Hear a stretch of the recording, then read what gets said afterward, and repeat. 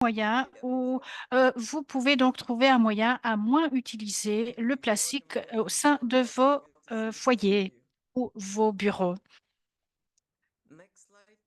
Alors, diapo suivante, Carissa.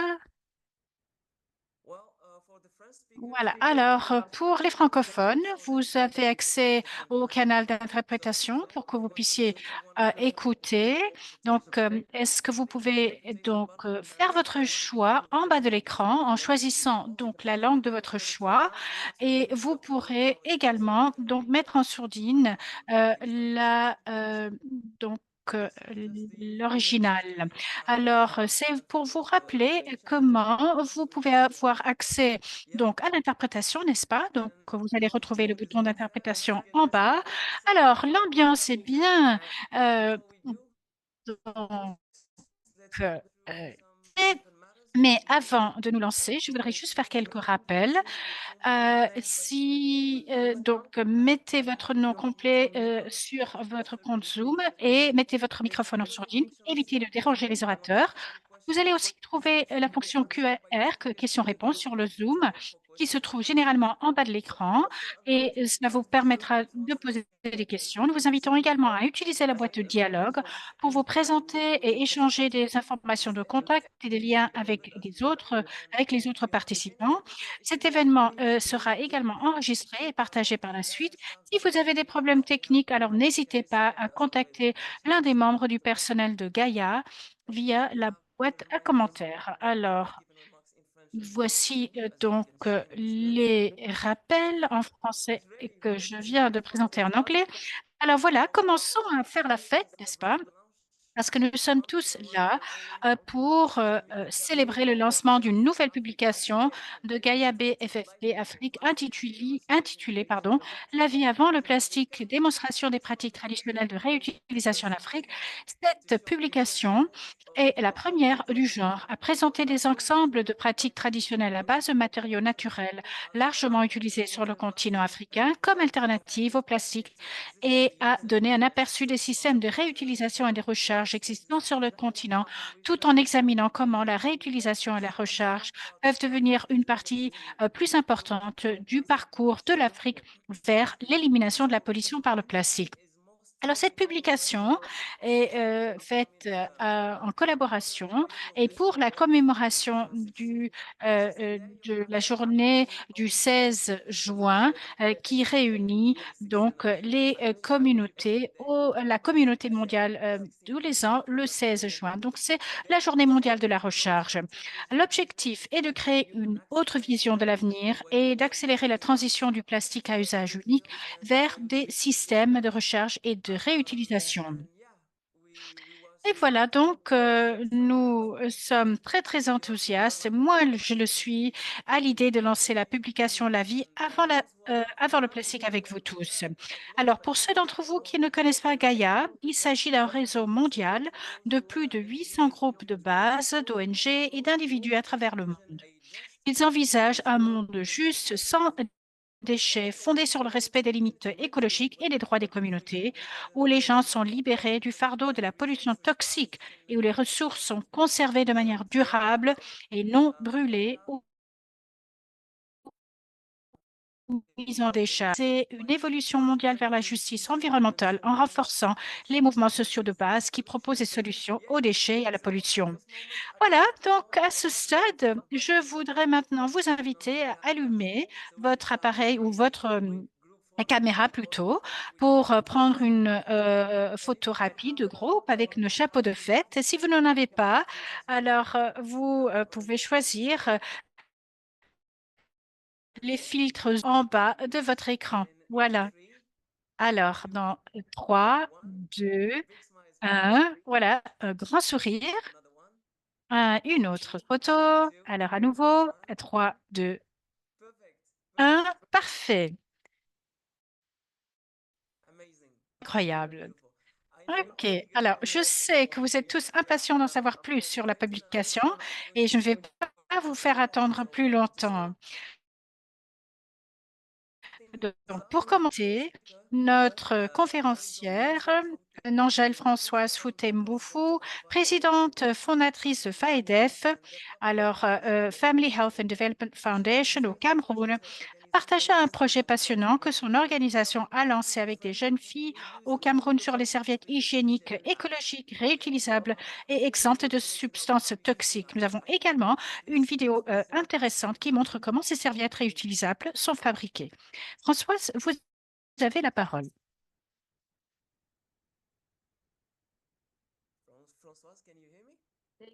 Françoise, ah voilà, très bien. Oui, merci beaucoup. C'est un réel plaisir et une occasion pour moi de participer à ce lancement et c'est un réel plaisir pour moi. Je m'appelle Ninja Françoise Noaboufo Faidef, donc la coordinatrice de Family Health and Faidef, donc au Cameroun.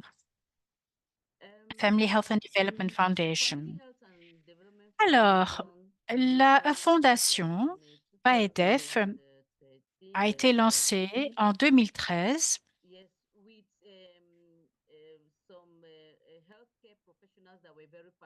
avec quelques professionnels de la santé qui se sont réunis pour créer cette fondation. Et depuis lors, nous avons commencé avec cette fondation et nous faisons ce travail de manière en temps partiel. Nous travaillons au sein des communautés et nous menons des actions sanitaires où nous nous rendons dans les communautés. Nous ne sommes pas uniquement là dans une famille, mais nous faisons donc des actions de manière holistique pour s'approcher de toutes les familles dans la communauté. Donc, en ce qui concerne la gestion ou la maîtrise de la santé menstruelle, nous avons lancé plusieurs éléments. Nous n'avons pas vraiment eu le financement, mais nous avons pensé que c'était le meilleur moment parce que nous ne savions pas ou rien, en fait, sur l'aspect écologique des serviettes hygiéniques écologiques. Donc, en fait, nous voulions l'expertise technique pour nous appuyer, tout en sachant que la plupart des personnes des filles, des jeunes filles dans les communautés utilisent des matériaux qui ne sont pas bons pour leur santé. Donc, nous avons donc commencé à les former et à fabriquer leurs propres serviettes, à les aider pour qu'elles puissent fabriquer, confectionner leurs propres serviettes qui sont éco, donc bon pour l'environnement. Il fallait utiliser des produits pour pouvoir atteindre toute la communauté, mais chaque fille devrait savoir comment donc confectionner sa propre serviette, à l'utiliser à n'importe quel moment, ou comment la nettoyer, comment la garder propre et hygiénique.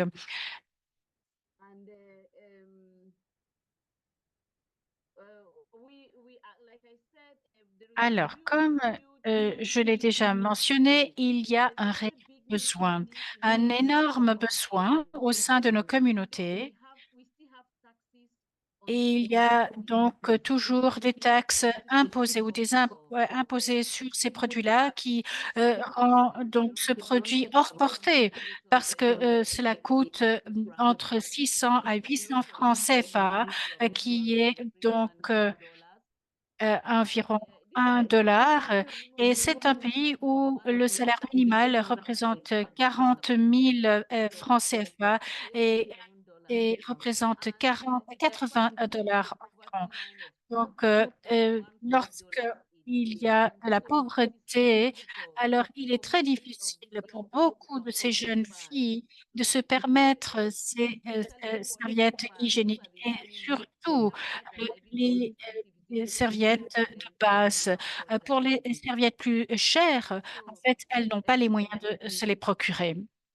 Donc, tout en parlant de nos difficultés au sein de la communauté, nous Nous souhaitons vraiment approfondir notre travail en allant vers plus de communautés et en allant au-delà de notre travail. Donc, nous voyons un énorme besoin et donc,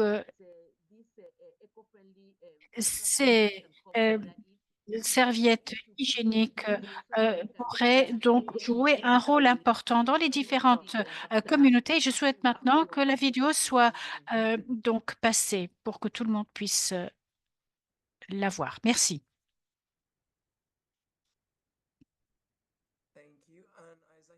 Alors, merci. Donc, nous allons donc vous montrer les serviettes hygiéniques réutilisables.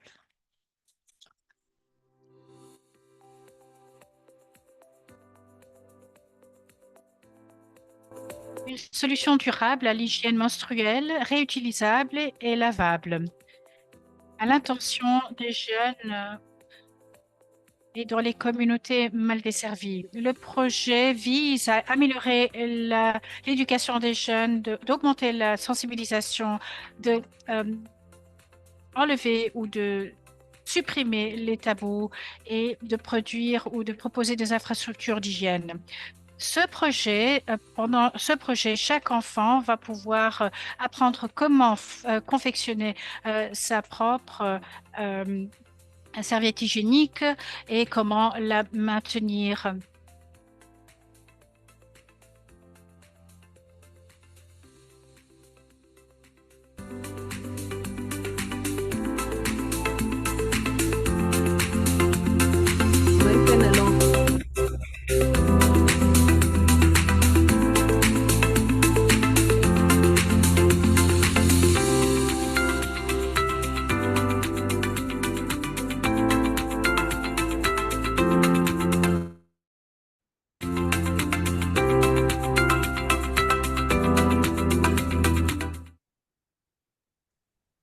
Thank you so much. Thank you, Merci Françoise. beaucoup. Merci beaucoup, Françoise. Merci. Un excellent travail. Il nous faut plus d'efforts au sein de nos communautés, réellement montrer comment nous pouvons donc nous affranchir de notre dépendance à l'égard des produits en plastique à usage unique. Merci beaucoup de nous avoir parlé de ce produit. Alors, Françoise. La démonstration de Françoise donc, est une excellente introduction au lancement officiel de la publication Life Before Plastic par Mérissa Naidoo. Mérissa donc, est la responsable de la campagne sur les plastiques de Gaia Afrique et auteure principale. Voilà, je vous passe la parole, Mérissa. Thank you so much, Hamza. I am Merci super beaucoup, Hamza. Je suis très, très enthousiaste et pour moi, vraiment, c'est un réel accomplissement de pouvoir lancer cette publication parce que cela représente un moment très important lorsqu'il y a des dirigeants autour du monde qui vont prendre des décisions par rapport à un accord contraignant sur les plastiques. Alors, nous voulions montrer les pratiques autour de l'Afrique pour montrer que les solutions peuvent se situer justement dans notre propre continent pour la population mondiale. Et c'est un réel plaisir pour moi pour pouvoir lancer officiellement cette publication tant attendue qui s'intitule La vie dans le plastique en montrant donc les produits traditionnels. Pour moi, c'est un sujet très, très important et parce que c'est un sujet que je voulais explorer étant donné les traditions sans plastique et les pratiques en Afrique également et tout en considérant que l'Afrique est au-devant en fait des lois en matière de plastique. Diapo suivante. Alors, lorsque je commence à parler de la publication, alors ma collègue Andrea va vous donner le lien à cette publication qui et qui en fait est plein de couleurs vives tout en montrant que l'Afrique est un pot de traditions et de pratiques sans plastique. Et c'est un réel plaisir pour moi de pouvoir lancer cette publication aujourd'hui. Et avant de vous en montrer un petit bout, en fait, je souhaite d'abord remercier les personnes et les organisations suivantes, sans quoi cette publication n'aurait pas été possible. Diapo suivante, s'il vous plaît. Alors, au cœur de cette publication représente les informations de BFFFP et de Gaïa, données donc par ces organisations concernant les pratiques en matière de zéro déchet sur le continent. Nous avons également notre équipe de compilation et notre équipe de révision pour leur expertise. Il s'agit ici de Kenza, de Farima, de Niven, de Carissa, Niba, Anna, ainsi que notre équipe créative qui comprend Patricia Ferriol, Annika Hernandez et aussi notre équipe de recherche et MNG Consultants, donc un cabinet de consultants. Je vous remercie vivement pour avoir contribué à la réalisation de cette publication. Diapo suivante, s'il vous plaît. Et diapo suivante. Alors, dans cette publication, en fait, on parle du parcours du plastique. Et en fait, on voulait donc aborder le problème des plastiques sur le continent et sans trop dévoiler. Et pour vous encourager justement à lire cette publication, je vais vous donner un petit aperçu de cette publication. Donc, on commence par un examen des lois, des politiques et des accords multilatéraux mis en place pour régir la gestion et le commerce des déchets en Afrique. Cependant, la publication montre des exemples de pratiques traditionnelles à base de matériaux naturels largement utilisés sur le continent africain pour remplacer le plastique. Et comme je l'ai dit, on voulait nous pencher sur les solutions qui existaient déjà dans notre continent. Ensuite, les membres de BFFP et Gaïa ont examiné la réutilisation et le remplissage et comment cela pouvait devenir une partie plus importante du parcours de l'Afrique vers l'élimination de la pollution plastique. La publication conclut et se penche sur les systèmes actuels et traditionnels de zéro déchet pour un avenir, tout en fournissant et en traitant des recommandations sur la responsabilité des entreprises, la responsabilité des décideurs politiques et la responsabilité aussi des consommateurs. Diapo suivante, s'il vous plaît. Lorsque nous allons donc maintenant nous tourner vers les différentes parties ou les chapitres de la publication, il s'agit de 4 chapitres au total. Le tout premier chapitre examine le problème du plastique sur le continent africain, ses causes principales et ses sources principales qui contribuent à la production de déchets plastiques. Le chapitre met également en lumière la lutte de l'Afrique contre le plastique en attirant l'attention et en mettant l'accent sur 2 cadres, politiques régionaux intégraux, pardon. Et en donc abordant ces 2 cadres pour distinguer l'approche progressive de la pollution plastique et de sa nature transformative. Il s'agit ici de la conférence AMSEN, donc Conférence ministérielle africaine sur l'environnement, et aussi la Convention de Bamako. On voulait montrer justement que nous disposons de lois et de politiques et de cadres qui régissent la pollution plastique. On voulait également saisir la réaction de l'Afrique à la pollution plastique, tout en identifiant les ambitions et nos leaders africains peuvent faire face à la crise plastique tout en législant les sacs en plastique. Donc là, il s'agit de 37 pays qui ont adopté des lois en Afrique sur les 54 pays concernant le plastique. La fin du chapitre ouvre la voie au reste de la publication qui raconte l'histoire de l'Afrique en matière de zéro déchet et qui représente en fait une lumière au bout du tunnel concernant la crise de pollution plastique en Afrique. Et avec l'aide de nos membres autour du continent, on a reconnu qu'il faut des nuances subtiles et qui peuvent ressortir de nos facteurs économiques, culturels, politiques ou de nos pratiques et différences géographiques. Mais cela ne nous arrête pas justement de contribuer aux solutions qui existent sur le continent. Diapo suivante. Le chapitre 2, en fait, est un des chapitres phares et c'est un chapitre qui explore les alternatives traditionnelles au plastique qui sont encore utilisées sur le continent africain, leur efficacité et leur évolutivité vers un avenir durable et la fin des déchets plastiques et de la pollution. Et il vise de donner donc une vue d'ensemble des comportements et des pratiques tout en reconnaissant que ces nuances existent sur le continent. Les pratiques qui sont soulignées dans ce chapitre servent d'alternative au plastique à usage unique sur le continent et sont catégorisées de manière suivante.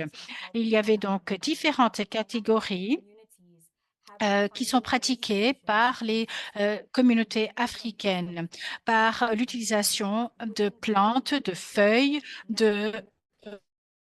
d'argile, de produits naturels pour la préservation des aliments qui ont été passés d'une génération à l'autre. Et ces pratiques traditionnelles mettent en valeur, mettent en lumière les euh, manières dont on peut fournir des solutions et produire donc le zéro déchet. Et ces pratiques non seulement font la promotion de la durabilité environnementale, mais se connectent également aux communautés et leur patrimoine culturel. Et tous les matériaux sont facilement biodégradables, dégradables et réutilisables et permettent aux économies locales de fleurir lorsque ces matériaux sont trouvés localement et préserve également les compétences culturelles et traditionnelles. Cependant, le chapitre 2 se conclut également de manière réaliste par une ouverture d'esprit et un appel à l'action. Alors que ces pratiques donc sont importantes, il faut toujours accepter qu'il s'agit de difficultés et de la mise à l'échelle à cause de l'urbanisation et des préférences du consommateur. Il faut donc la préservation des pratiques traditionnelles tout en intégrant des approches modernes, tout en ayant une stratégie pour la réduction et la conservation de l'environnement. Ces pratiques sont très efficaces et peuvent être mises à l'échelle et peuvent également être intégrées dans les systèmes de recyclage et de réutilisation, mais seulement lorsque les nouveaux systèmes de production de plastique sont non toxiques. Et enfin, pour que ces pratiques soient efficaces pour faire face à la pollution plastique et à la réduction de la production plastique, en fait, il faut donc absolument mettre l'accent sur la diminution de la production plastique. Diapo suivante. Alors, le chapitre 3 explique comment la réutilisation et la recharge peuvent devenir une partie plus importante du parcours zéro déchet de l'Afrique en aidant les lecteurs à mieux comprendre les concepts de réutilisation et de recharge et en cartographiant les divers modèles de réutilisation et de recharge en Afrique, en citant aussi les modèles traditionnels existants et émergents. Et là, il s'agit donc euh, de, de communautés, de volonté politique d'investissement et d'innovation, de conservation des ressources et de la mise et de la sensibilisation. Ce chapitre parle également ou évoque deux reportages, c'est-à-dire pourquoi les systèmes de réutilisation et de recharge font partie intégrante de la crise de l'eau en Afrique et nous parle également de la visite des célèbres souks traditionnels du Maroc par Hamza lui-même.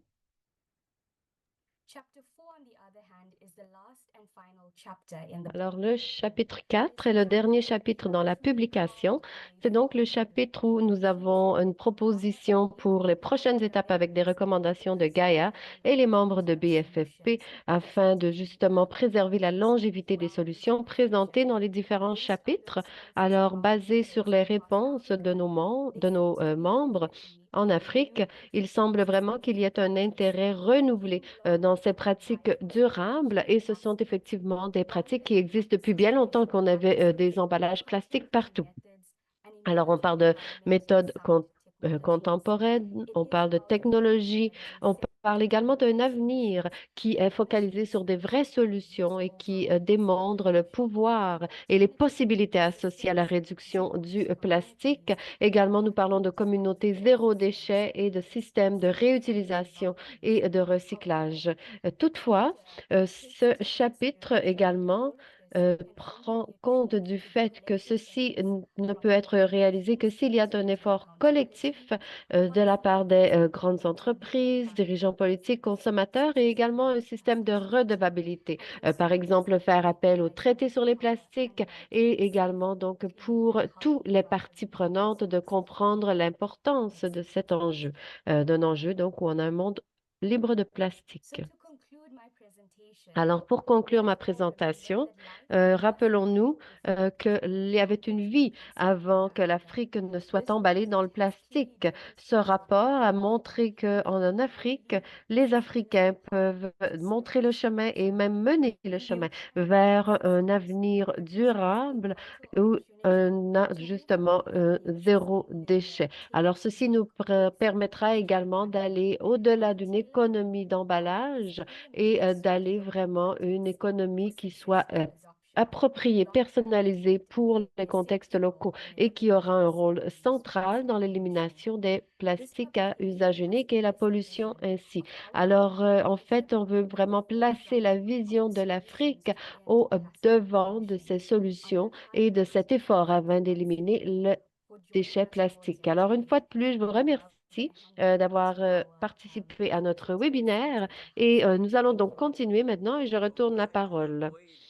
Oh, wow, je ne peux plus attendre. J'ai hâte de lire la publication rien qu'à partir de cet aperçu. Merci beaucoup, Mérissa. Alors, et si cela vous laisse peut-être un peu sur votre faim, si vous voulez en savoir davantage, eh bien voilà, nous avons Kenza Elaskem, qui est la coordonnatrice de Gaia Africa pour l'Afrique du Nord, et également c'est l'une des auteurs de la publication. Et elle nous en dira un peu plus sur les pratiques zéro déchet, et elle nous parlera également des divers systèmes de réutilisation et de recharge en Afrique. Alors, allez-y, Kenza. Alors, bonjour à tout le monde.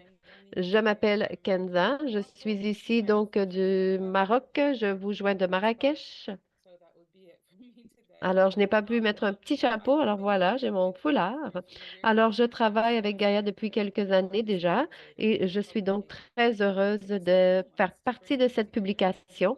Alors, nous sommes toute une équipe en fait qui a travaillé à cette publication et nous sommes réunis aujourd'hui.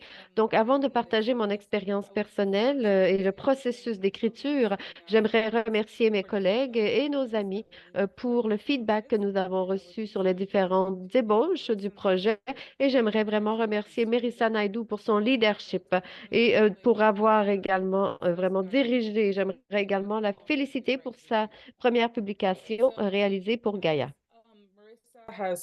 Alors, comme Mérissa l'a dit, j'ai pensé que peut-être je pourrais me focaliser sur ce que cela signifie et qu'est-ce que cela a voulu dire pour moi, donc d'écrire cet ouvrage. Alors, j'aimerais peut-être vous parler de l'époque où j'avais 12 ans et j'étais donc d'une famille de la classe moyenne et donc quelques années plus tard, il y a eu donc cet engouement pour les micro-ondes et ensuite on a donc soulevé le problème du plastique dans les micro-ondes, à quel point que c'était nocif. Alors en fait, dans ma famille, on mettait toutes sortes d'emballages dans le micro-ondes, plastique et autres. Et donc, je crois que pour moi, c'était la première fois que j'étais consciente de matériel et de la toxicité de matériel, particulièrement en ce qui concerne les plastiques. Alors, également, j'ai appris que ce n'est pas tout qui est fait pour nous est bien pour nous. Alors, il y a eu différents moments de réalisation. Entre autres, lorsque j'ai déménagé aux États-Unis pour mes études. Et lorsque vous déménagez outre-mer, vous êtes vraiment seul. Vous n'avez pas nécessairement de sens de communauté, de famille. En fait, vous faites des amis petit peu par petit peu. Et comme toute Marocaine ferait, j'ai voulu trouver des gens avec qui je pouvais connecter, établir des relations. Alors, bon, j'allais au magasin, au marché, chez le boulanger, chez le boucher, à tous les jours. Alors, ce sont les gens qu'on commence à rencontrer, on les retrouve à tous les jours, on commence à discuter, ils viennent vous visiter ou vous demandent comment ça va. Mais ce type d'endroit n'existe pas nécessairement dans le Nord. Alors, ce que j'ai commencé à ressentir, c'est que oui, il y a ces grands donc supermarchés et beaucoup d'emballages. Et à l'époque, je commençais déjà à réfléchir à l'idée d'un emballage et l'idée du plastique. Et en fait, comment même cet emballage plastique vous sépare des autres parce qu'il n'y a pas ces petits marchés, ces petits bouchers. Alors, il n'y avait plus ces petits vendeurs, ces marchands. Donc, il n'y avait plus autant d'interactions quotidiennes avec ces différentes personnes et il n'y avait plus de sens de communauté comme je l'avais au Maroc. Par exemple, je connais les bouchers au Maroc. Je suis allée à l'école avec eux. Ils ont leur magasin, je les visite. Mais aux États-Unis, c'était vraiment des grandes superficies, des grands supermarchés avec justement des emballages plastiques. Alors, j'ai commencé dans mon esprit à associer les emballages plastiques avec un manque d'humilité, un manque de communauté, en presque un refus de partager avec ceux autour de nous. Alors, vous imaginez, on m'a invité donc à participer à cette publication de Gaïa, et donc j'ai fait une relation amour-haine avec le plastique parce que bien sûr, nous les utilisons, surtout le plastique dur, mais je crois que vraiment cela a un impact sur les connexions humaines. Alors, pendant mon travail avec Gaïa, j'ai pu travailler et j'ai pu visiter différents pays africains et j'ai réalisé à quel point nous avons plusieurs traditions et pratiques partagées. Alors, lorsque j'ai écrit, contribué à cet ouvrage, eh bien, j'ai parlé avec beaucoup de collègues, beaucoup de membres, et mon chapitre était donc un chapitre où on écoutait donc les solutions, les propositions des collègues. Alors, j'ai vraiment fait un voyage sur le continent. Alors, je vais maintenant vous montrer une diapo. Alors, vous voyez ici, c'est la seule diapo que je partagerai avec vous de la publication parce que bien sûr, j'aimerais vous encourager à aller lire la publication, mais je vais parler peut-être un peu des pratiques partagées entre les différents pays sur le continent africain. Alors, par exemple, il y a du raffia, du riz, des feuilles de palme qui sont utilisées pour faire des marchés, des paillassons, des toits, des parapluies, des ombrelles et même faire des fans. Et on a cela donc on est au Maroc, en Éthiopie, au Rwanda et autres. Donc seulement quelques pays que vous voyez ici sur la carte. Et je crois que nous sommes tous familiers également avec les couches réutilisables, donc les couches en tissu. Et il y a très longtemps, nous utilisions ce type de couches réutilisables. Et nous sommes également familiers avec les pots en grès, les ustensiles, etc. Alors vraiment, le chapitre auquel j'ai contribué met en exergue. Bon, alors, Je ne veux pas parler nécessairement d'alternatives au plastique à usage unique, mais j'aimerais parler plutôt de choses que nous avons utilisées pendant des années. Et donc, c'est justement des choses que nous utilisions avant que le plastique n'essaie de remplacer ces éléments qui faisaient partie de notre culture. Alors, je crois que ces mêmes matériaux, ces mêmes ustensiles, eh bien, ils sont vraiment des témoins d'une tradition partagée sur le continent. On a également un partage des manières de faire, du savoir-faire. Et vous devez vous souvenir qu'il y a des alternatives qui impliquent donc l'artisanat local. Nous savons bien sûr que cela permet de créer un sens communautaire. Cela contribue à l'économie locale et communautaire. Et j'aimerais terminer sur une note positive. Eh bien, toutes ces alternatives peuvent être compostées, peuvent être recyclées et en fait sont des produits zéro déchet. Alors, ceci dit, je vous encourage à lire notre publication. C'est vraiment un voyage à travers le continent. C'est vraiment un appel également à préserver la tradition et à préserver la manière dont nous faisons les choses, à garder les connexions entre nous, garder les relations entre les différentes cultures, traditions. Et c'est également une manière de également exprimer notre fierté nationale. Et donc, je vous encourage à vraiment aller lire cette publication et voyager avec nous. Merci. Alors, je crois que c'est très intéressant la manière dont la publication a su capter toutes ces pratiques des membres de Gaïa. Et parlant de Gaïa, nous avons avec nous quelques membres qui, donc, justement, ont fait partie de la publication. Ce sont des légendes, vraiment. Alors, ils vont parler avec nous de leur contribution à la publication. Alors, je vous présente donc Farima Tidiane, fondatrice d'Assanonia Green au Sénégal et l'une des principales auteurs de cette publication. Nous avons également Eskedar Agouchou, qui est le directeur exécutif d'Éco-Justice Éthiopie. Nous avons également Anna Rocha, bien sûr, directrice du programme mondial des plastiques Gaia en Tanzanie. On a Edwin Mombere, le directeur du Centre pour les citoyens conservant l'environnement et la gestion de l'environnement en Ouganda. Alors, ils nous donneront d'abord un aperçu du type de pratiques traditionnelles de zéro déchet et des alternatives au plastique qui existent dans leur pays ou dans leur communauté.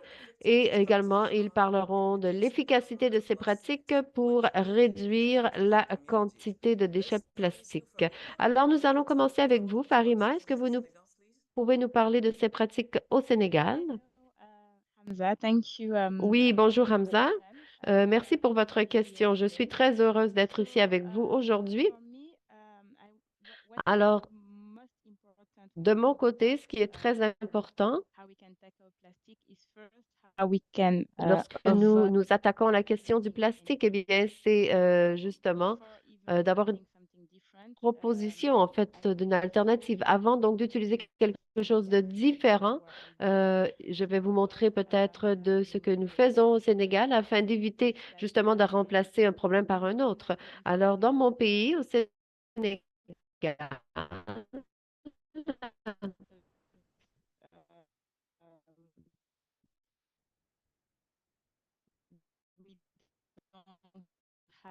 et parce que nous n'avons peut-être pas beaucoup d'argent tous les jours.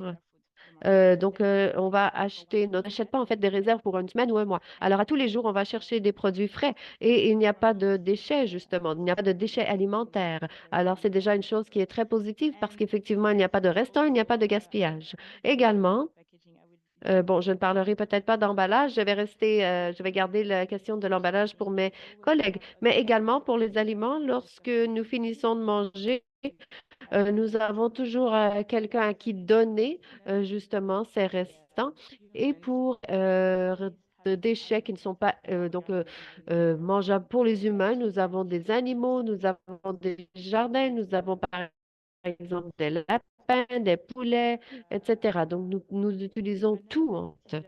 Et Marissa en a parlé dans sa présentation. Eh bien, lorsque nous buvons du thé, nous n'avons pas besoin de tasses à usage unique parce que nous aurons seulement deux ou 3 tasses de thé que nous partagerons entre nous. Alors, on va boire dans une tasse, ensuite on passe la tasse à quelqu'un d'autre.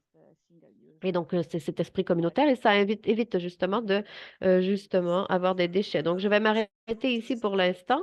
Alors maintenant, nous allons vers Escadar. Yes, sure. Thank you, Hamza. Merci, Kanza. We have a very Alors, en Éthiopie, diverse culture. nous avons plusieurs cultures et nous avons des cultures très diverses lorsqu'il est question d'usage des matériaux naturels pour l'emballage. Alors, on a par exemple la vannerie, on a les paniers qu'on utilise pour aller au marché pour acheter, pour transporter donc nos aliments, nos produits du marché. Également, on a les points de vente de ces aliments.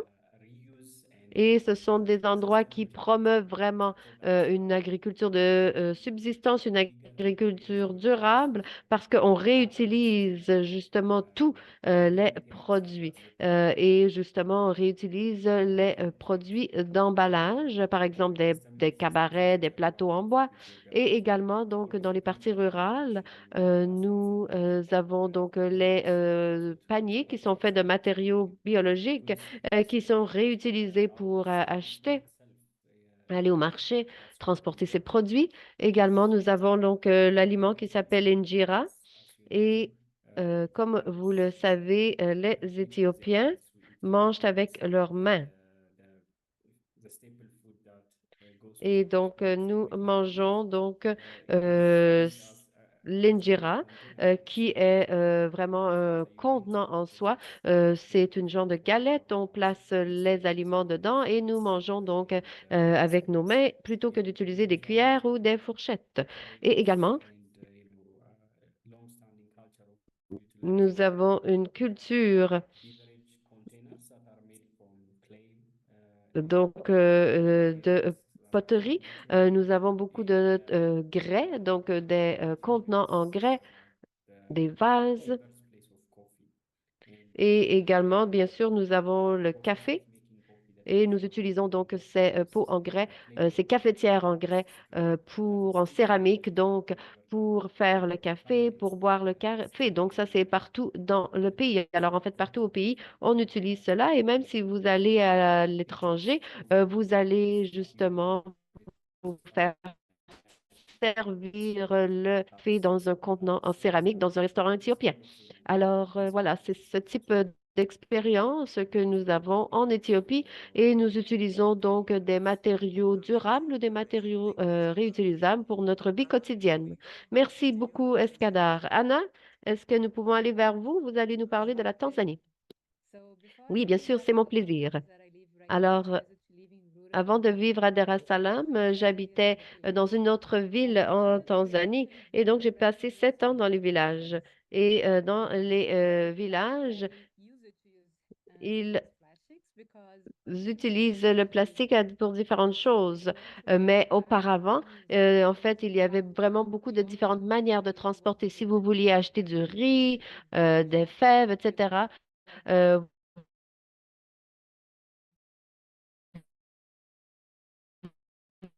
vous alliez au table.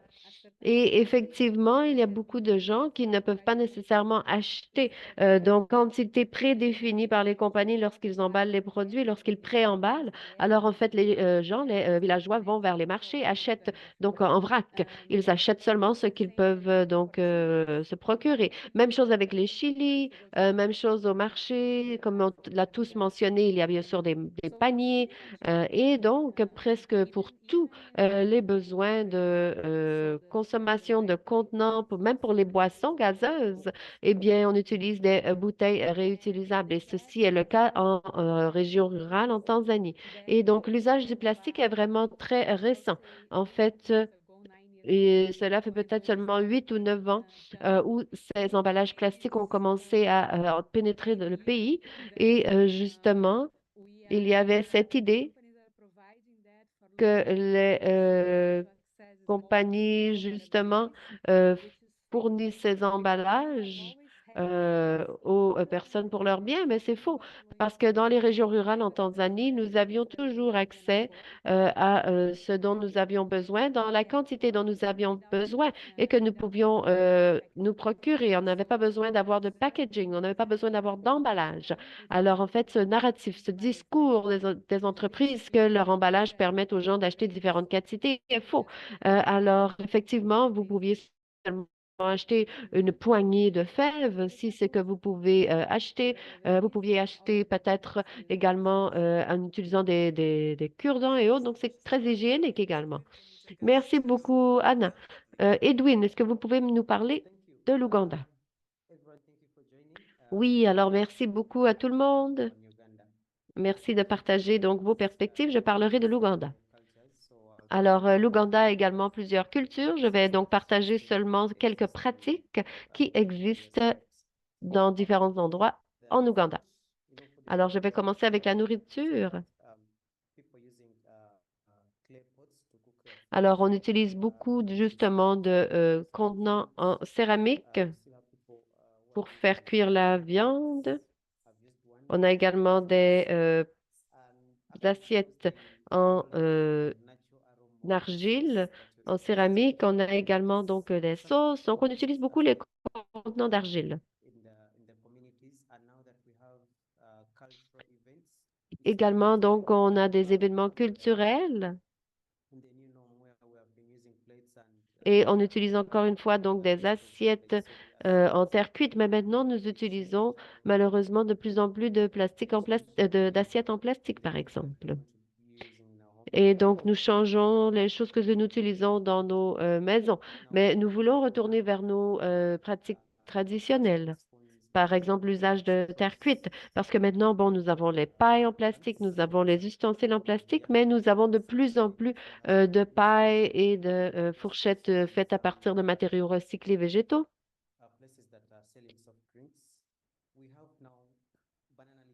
Nous avons également les feuilles de bananier. Et donc, nous avons ces feuilles de bananier partout en Ouganda. Et donc, on utilise ça, par exemple, pour couvrir la nourriture, couvrir son assiette. Et donc, ceux qui vivent dans les régions urbaines, qu'on couvre leur nourriture avec une autre assiette par-dessus, par exemple, s'il n'y a pas accès aux feuilles de bananier. Et maintenant, il y a de l'information qui est propagée, à savoir que c'est un danger d'utiliser les feuilles de bananier, par exemple.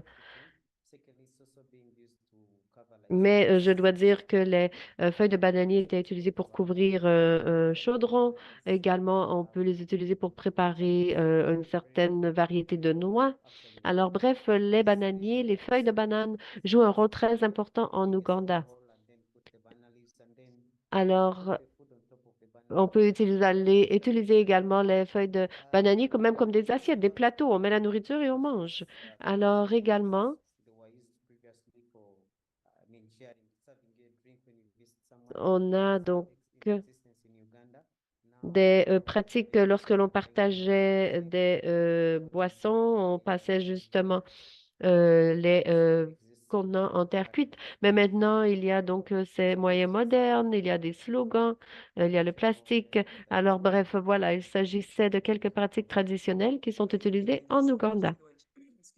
Merci beaucoup, Edwin. Merci beaucoup. C'était très intéressant. Alors, encore une fois, nous vous souhaitons la bienvenue. Vos commentaires, questions sont les bienvenus. Nous aurons un temps spécifique pour répondre à ces questions. Donc, nous vous invitons à vous rendre dans la section questions-réponses et à faire part de vos commentaires. Alors, Anna, une question pour vous.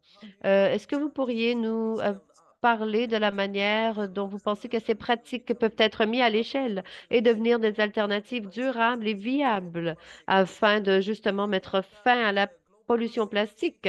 Alors, est-ce que vous pensez vraiment que le traité mondial sur les plastiques peut jouer un rôle à cet égard? Merci beaucoup, Anta.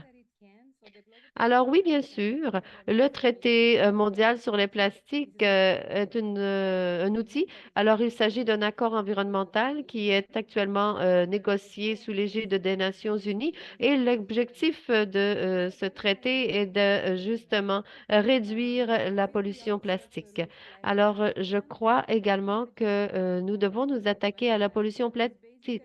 Et je crois que tout ce dont nous parlons dans ce webinaire, en fait, ce sont les différentes manières dont on voit comment la vie a été changée. Mais c'est très récent. Alors, pour plusieurs raisons, nous parlons de plastique comme si nous ne pouvons pas vivre sans le plastique. Mais bien sûr, nous avons vécu sans plastique des décennies. Alors, justement, le développement que le plastique apporte, ce n'est pas un vrai développement parce que ça vient avec des impacts négatifs pour la santé humaine, la santé végétale, sur également les moyens de subsistance. Et donc, ça empêche en fait une source de revenus pour plusieurs personnes. En fait, les sources de revenus sont concentrées dans quelques entreprises, personnes. Alors, le modèle de production du plastique qui dépend également des matériaux de plastique pour tout, en fait, eh bien, finit par bénéficier à une poignée de personnes. Mais les pratiques traditionnelles bénéficiaient à un grand nombre de personnes. Alors, tout ce dont nous parlons ici a lieu, c'est justement quelque chose pour laquelle nos gouvernements n'ont pas nécessairement de politique d'impôts, de taxes, etc. Alors, si nos gouvernements ouvrent la porte à cette économie, eh bien, justement, ce sera un problème. En Afrique, nous avons les connaissances, nous avons les pratiques, nous en parlons, nous avons les personnes, nous avons également les pratiques traditionnelles, les pratiques que l'on peut apprendre, que l'on peut enseigner. Alors, nous pouvons justement faire du plaidoyer auprès de nos gouvernements et également la manière dont l'industrie plastique a ce discours ou cette image. Il dit, si vous voulez être propre, si vous voulez être cool, si vous voulez être à la mode, si vous voulez être développé, vous avez besoin de plastique. Et donc, c'est un discours qui existe, mais nous devons avoir un discours pour contrer ce discours parce que non, le plastique n'est pas cool, n'est pas propre, n'est pas sanitaire et ce n'est pas une manière pour nous de développer nos pays. Alors, en fait, ce sont plutôt des plastiques qui nuisent à nos pays, qui polluent nos pays. Alors, en fait, il faudrait avoir une campagne qui puisse justement redonner cette fierté aux populations, une fierté pour leurs pratiques traditionnelles, de dire je suis fière parce que je suis capable de produire, de fabriquer ces paniers. Je suis fière parce que je vais au marché et je vends mes produits en vrac, par exemple. Alors, je crois que ce serait très important de ranimer cette fierté pour les pratiques traditionnelles. Et je crois que les gouvernements devraient également avoir des outils en place, des politiques pour réduire l'usage de plastique. Alors, il faut justement pouvoir essayer de changer la production de plastique. Il faut passer donc justement de mettre la priorité sur la reconceptualisation des produits. Nous devons aller au-delà de cette idée de recyclage de plastique à usage unique. Alors, il faut vraiment pouvoir voir comment nous pouvons adapter la manière dont nous importons, exportons les produits. Il faut vraiment interdire certaines pratiques nuisibles. Il faut également donc s'assurer d'avoir des designs, des conceptions de produits qui soient intentionnellement réutilisables. Donc, il faut avoir des systèmes en place qui incluent également les collecteurs de déchets informels, les travailleurs donc informels qui font partie de l'économie de plastique, donc pas nécessairement par choix, mais parfois même des parties prenantes de cette économie informelle. Nous devons nous assurer donc de créer une source de revenus. Nous devons changer notre manière de produire et nous devons également ajouter une valeur.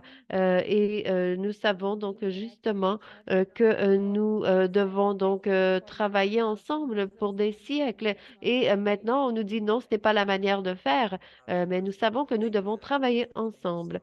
Merci, Anna.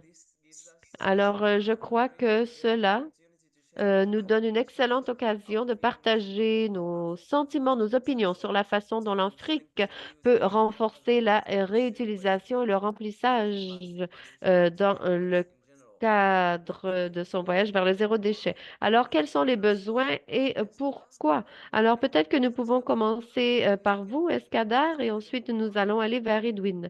Alors, Escadar, s'il vous plaît, est-ce que vous voulez bien commencer? In Africa, what we Alors, have en understood is Afrique, that it is actually the easiest for us Africans to get rid of Alors, il plastics est because one, we don't facile pour produce nous too en much Afrique plastic de nous défaire de compared to plastique parce que nous ne le produisons pas the rest of the world. et comparé au reste du monde. Et en fait, nous n'en bénéficions pas parce que nous ne produisons pas le plastique au sein de nos pays.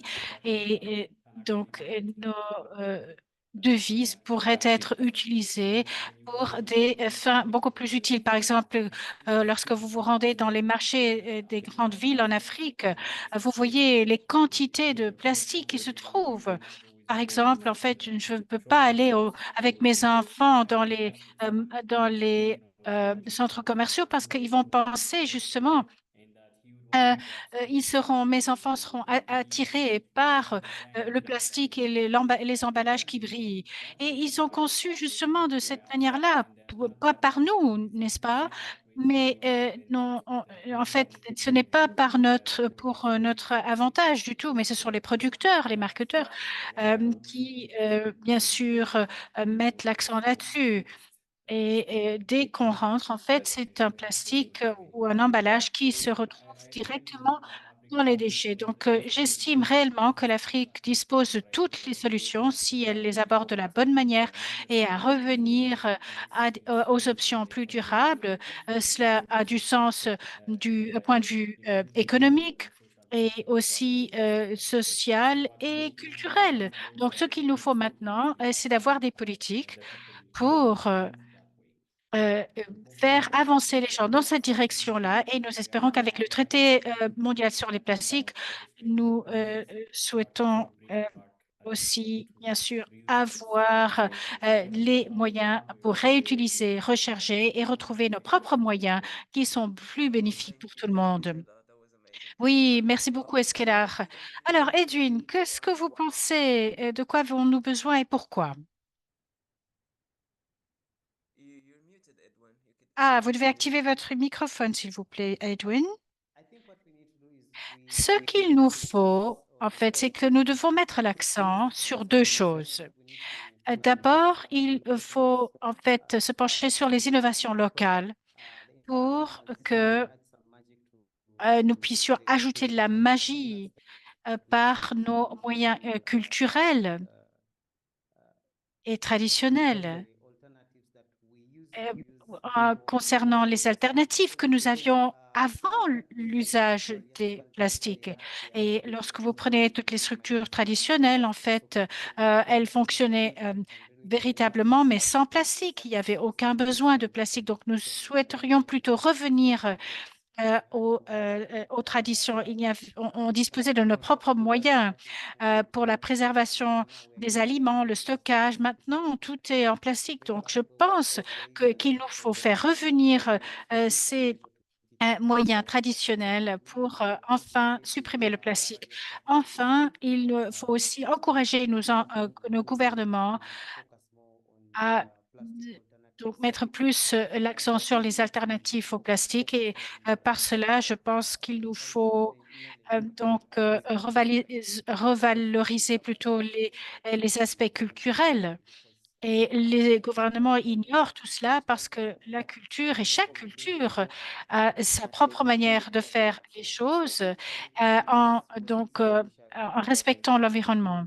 Et et je pense que si nous pouvons donc faire les deux choses en même temps, donc la préservation de l'environnement et l'encouragement du gouvernement, je pense que nous pourrions donc conserver, protéger et réduire la pollution plastique. Alors, pourquoi nous faut-il faire ça? Pourquoi réduire la pollution plastique? Parce que je dirais qu'au bout du compte,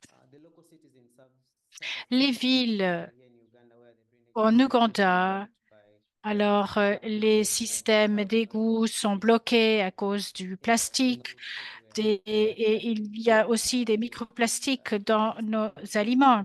Et ces populations tombent malades et ont un accès limité aux soins médicaux en Ouganda. Il n'y a pas suffisamment d'hôpitaux et bien sûr, tout le système est affecté dans lequel nous vivons en Ouganda. Donc, si on peut couper, supprimer la pollution plastique, alors nous n'aurions pas tant de problèmes. Merci beaucoup, Edwin. Très instructif. Alors, Anna, de quoi avons-nous besoin? Pourquoi?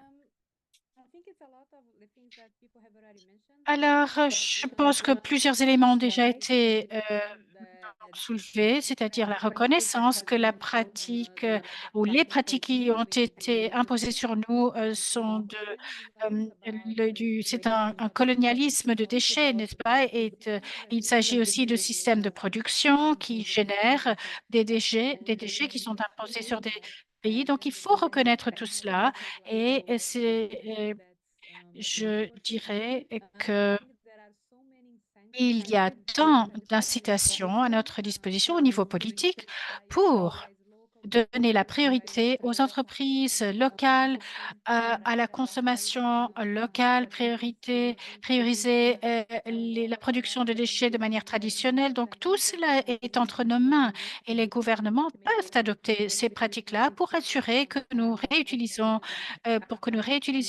rechargeons et que tout cela fasse partie de la production et de l'action en faveur du changement. Et je pense aussi qu'il qu'il faut aussi de l'éducation pour faire comprendre aux gens qu'en fait, la culture doit être valorisée et qu'il ne s'agit pas uniquement de pouvoir chanter l'hymne national. Non, il s'agit de la valorisation de toutes nos pratiques qui nous appartiennent et qui ne sont pas imposées par les autres. Donc, pour moi, c'est donc les éléments qui comptent. Merci beaucoup, Anna. Farima, je vous passe la parole. De quoi avons-nous besoin? Ah, c'est vrai. Ah, vous m'avez donné en fait, le dernier mot. Mais bon, merci Hamza. Mais j'ai une autre question à vous poser. Donc voilà. En ce qui me concerne, en plus de tout ce qui a déjà été évoqué, pour moi, il faut quelque chose de systémique. Parce que si tout le monde utilise son produit réutilisable, c'est une bonne chose, bien sûr, mais si ce n'est pas systémique et si ce n'est pas géré par un système extérieur, alors il est plus facile d'utiliser un produit, pardon.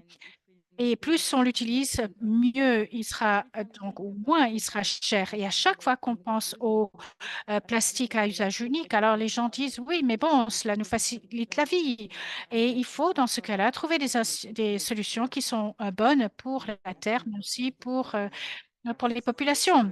Tout à fait. En fait, maintenant, nous avons donc de très bonnes attentes concernant les idées clés et les points de discussion qui sont ressortis de la publication. Et comme toute publication, il faut bien sûr avoir une contre-action, n'est-ce pas? Alors, Farima, est-ce que vous pouvez nous dire comment les décideurs politiques et les consommateurs peuvent mieux afficher de la responsabilité lorsqu'il s'agit de zéro déchet? Vous avez 5 minutes.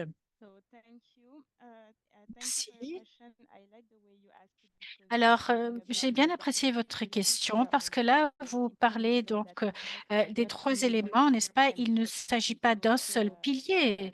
Donc, il s'agit des entreprises, des décideurs politiques et des consommateurs. Et c'est vrai qu'un consommateur achète parce que l'entreprise produit et je fais telle ou telle chose parce que le gouvernement me le permet. Donc, tout le monde doit être redevable et tout le monde doit être sensibilisé. Et bien sûr, s'ils ne le savent pas, ils ne vont pas savoir. Donc, tout d'abord, il faut que tout le monde soit au courant et doivent pouvoir donc passer vers cette transition. Pour les citoyens, Alors, il faut qu'on leur dise, il faut qu'on leur fasse comprendre que le pouvoir d'achat est très important. Si vous n'achetez pas un produit, si vous ne votez pas en faveur de quelqu'un, ou par exemple, les choses ne se passeront pas. Alors, pour nous, c'est notre pouvoir et seulement 3,5% de la population en fait, ne peut changer la trajectoire. Et nous aussi, en tant qu'individus, bien sûr, on n'est peut-être pas aussi important, mais ceci est toujours très important. Et les gens réagissent en imitant les autres. Et lorsqu'on fait quelque chose, alors les autres commenceront à le faire et ça peut être notre force. Alors, en ce qui concerne les gouvernements ou l'État, il est très important qu'il y ait des incitations avant de punir, d'avoir des actions punitives et qu'ils accompagnent les citoyens, les entrepreneurs ou les entreprises pour effectuer ces changements et pas en venant tout simplement en disant il faut changer. Non, il faut le renforcement des capacités. Il faut avoir pour pouvoir transitionner et après, ils pourront le faire indépendamment. Mais il faut quand même suivre un certain schéma, si vous voulez, pour arriver aux déchets. Donc, et les entreprises doivent disposer d'un modèle d'entreprise qui tient compte de ce qu'on gagne, c'est vrai, en tant qu'entreprise, mais ce que nous gagnons également pour l'environnement. Et nous devons arrêter tous ces impôts et donner, en fait, en disant que le plastique est peu cher. Non, il faut afficher le prix réel de ce que nous utilisons et dans ce prix-là, il faut tenir compte de Thank l'environnement. you, Farima. That was so Oui, insightful. merci beaucoup, Farima. Now, C'était I très just want to intéressant. mention everyone that Alors, je we souhaite all have vous remercier contributions to making this et je conversation a voudrais success. souhaiter tous les membres qui And ont we hope rendu challenges le that we succès have de mentioned cette can publication. Nous avons apprécié cette publication, ou nous l'apprécions on this note, I would love beaucoup. to Et sur ce, je voudrais just maintenant philosophy inviter Carissa Mounts summarize how we can pour nous parler de la manière dont on peut s'impliquer ou participer donc, à la publication ou à la mise en valeur de cette publication. Merci. À vous la parole maintenant, Thank you, Hamza. I Carissa. believe Merci, that we Hamza. have a promotional kit Oui, donc en fait, il y a une boîte à provided outils de for promotion pour amazing mettre en valeur publications cette publication and I formidable. just wanted Et en to fait, je voulais vous inviter d'utiliser notre lien. Je vais partager mon écran pour que vous puissiez me suivre.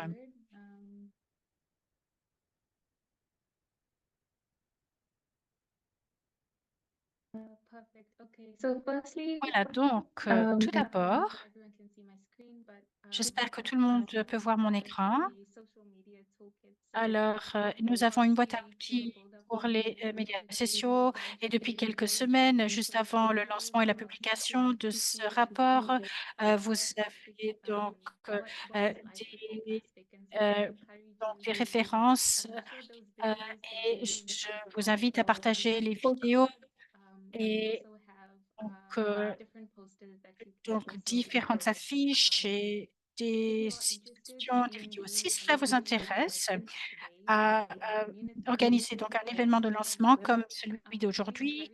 Nous sommes là pour vous aider, on vous encourager de nous contacter. Nous avons beaucoup de matériel, beaucoup de supports à partager avec vous. Nous avons aussi un guide de facilitation, des PowerPoints.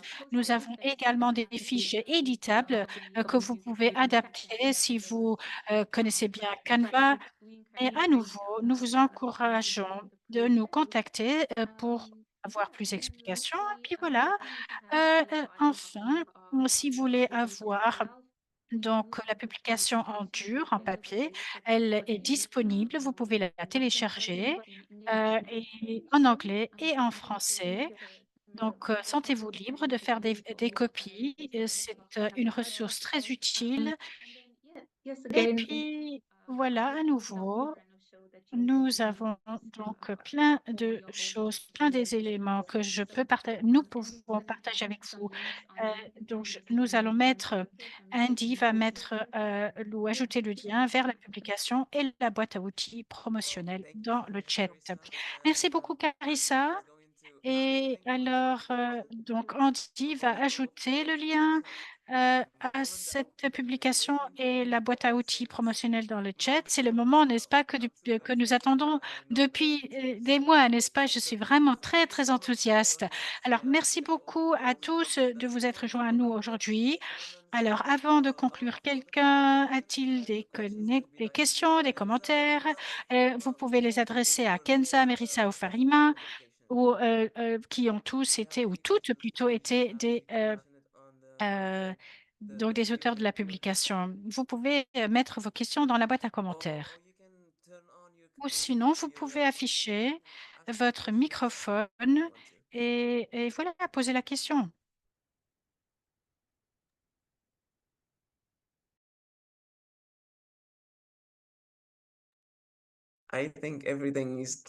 Alors, il semble que tout soit clair.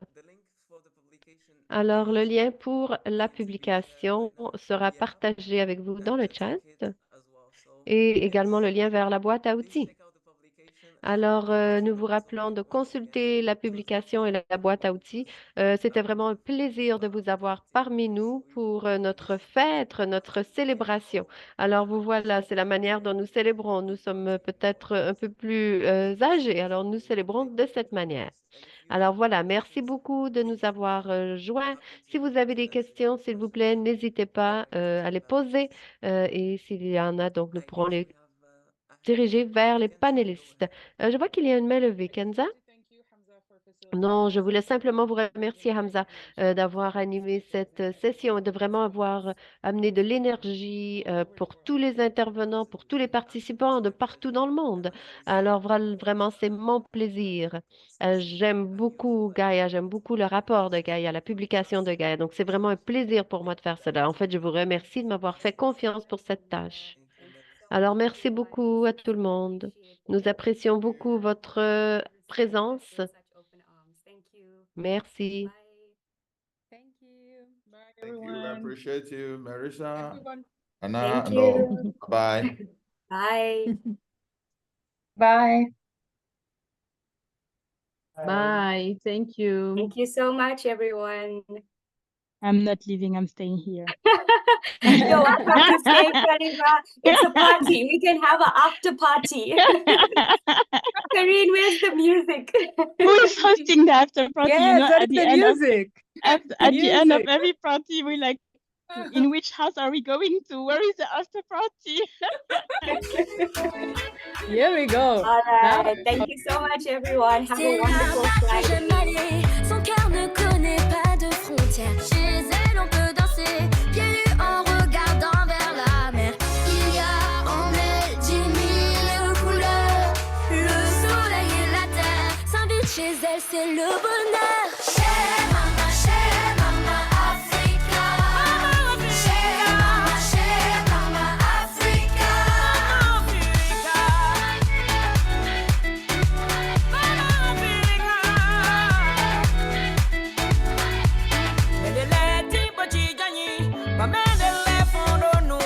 C'est là-bas que j'aime aller.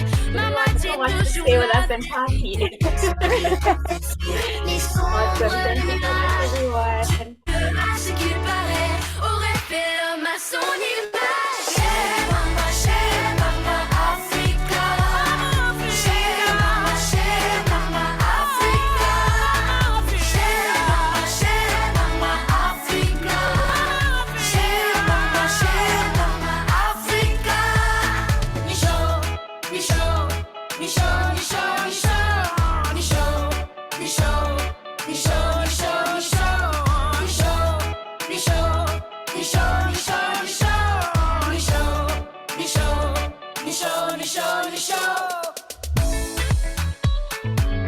All right. Thank you so much, everyone. We're now going to close the room before this party gets out of hand. Thank you so much. Bye, everyone. Have a wonderful weekend. And thank you once again. Bye. Bye.